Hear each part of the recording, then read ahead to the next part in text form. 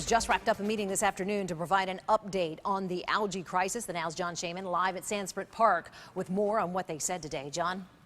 Well, good afternoon, Shannon. This was one of two places where the algae that was tested here by the DEP turned out to be toxic. It's not as bad today, but it is still along the shoreline here. The county, as you mentioned at the top of the broadcast, passing another resolution this afternoon extending their local declaration of emergency for another week. The county also taking some water matters into its own hands. The plan to contract more water testing as well as doing air testing because, again, a lot of the concern, the stench from that algae as well.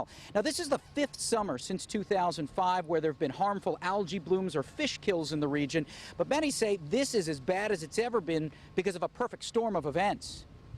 I've lived here all my life. This is the worst. We didn't have the releases. The releases started in January this year. The last time we had this, the releases didn't start that early. We had an extremely warm winter this year. We had an extremely wet winter this year.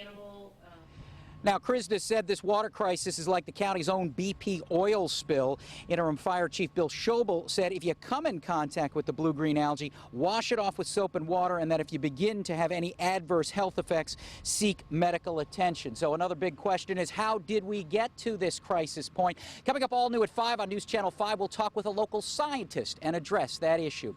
We're live in Martin County. John Shaman, WPTV News Channel 5. John, thank you. As